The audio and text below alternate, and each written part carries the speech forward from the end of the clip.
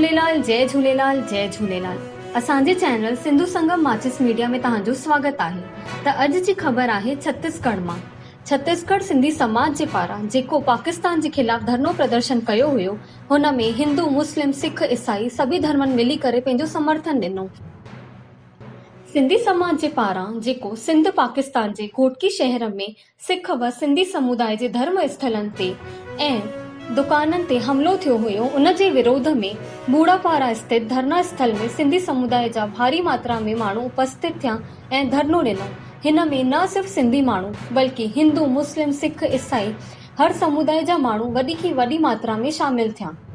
धरनो प्रदर्शन खे संबोधित कंदे हुए सेंट पॉल चर्च जा चेयरमैन पादरी शमशेर सैमुअल चयो, हिंदुस्तान में सभई धर्म हिक बराबर आहिनि ऐं बाइबल में भी मानव धर्म खे ही मथे स्थान ॾियो वियो आहे।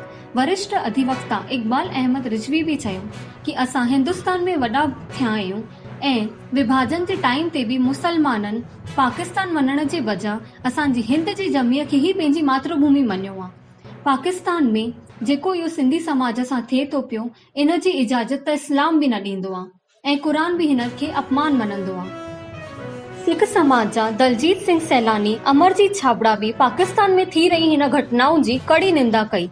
सिंधी समाज जी तरफ़ां पूर्व विधायक रमेश वरल्यानी, श्रीचंद सुंदरानी, संत जल कुमार मसनद सहित ॿियनि व्यक्तियुनि भी पंहिंजा वीचार रखियूं। आख़िरीअ में संत युधिष्ठिर लाल जी ने भी चयो कि हिंदू, मुस्लिम, सिख, ईसाई सभु पाण में असां भाई भाई आहियूं ऐं अनेकता में ही एकता जी पहचान आहे असांजी। लेकिन जेको ही सिंध पाकिस्तान में असांजे सिख व सिंधी भाइयुनि सां थिए थो पियो, इहो ॾाढो चिंतनीय आहे। हिन धरने जे माध्यम सां असां सभी समाज जो सहयोग चाहियूं था पिया ऐं पंहिंजो आक्रोश व्यक्त था कयूं पिया। धरने में विधायक सत्यनारायण शर्मा, विकास उपाध्याय, कुलदीप जुनेजा, गिरीश दुबे, संजय पाठक, सूर्यमणि मिश्रा, राजीव अग्रवाल, सच्चिदानंद उपासनी, ओम प्रकाश पुजारी समर्थन कयो।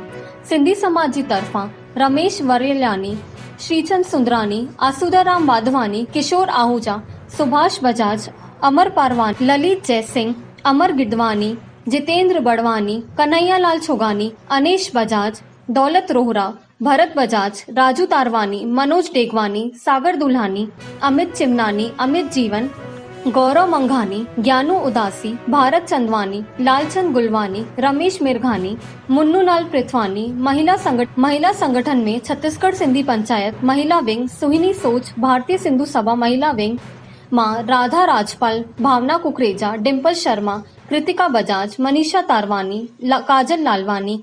अन्य संगठन मां सिंधु एकता संघ, सिंधु शक्ति, बढ़ते कदम एक पहल जी ओर सां भी प्रतिनिधि उपस्थित हुया। धरने का प्रतिनिधियुनि ने राजभवन में ज्ञापन सौंपियो ऐं पूरे कार्यक्रम जो संचालन किशोर आहूजा ने कयो।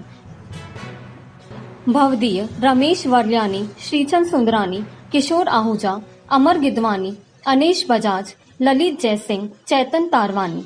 त अॻिते जी ख़बरूं ॿुधण लाइ जुड़ियल हुजो सिंधु संगम माचिस मीडिया सां ऐं वधीक खां वधीक लाइक कयो, शेयर कयो, सब्सक्राइब कयो। जय झूलेलाल। पाकिस्तान मुर्दाबाद, मुर्दाबाद, मुर्दाबाद, पाकिस्तान मुर्दाबाद, मुर्दाबाद, मुर्दाबाद, पाकिस्तान मुर्दाबाद, मुर्दाबाद, मुर्दाबाद।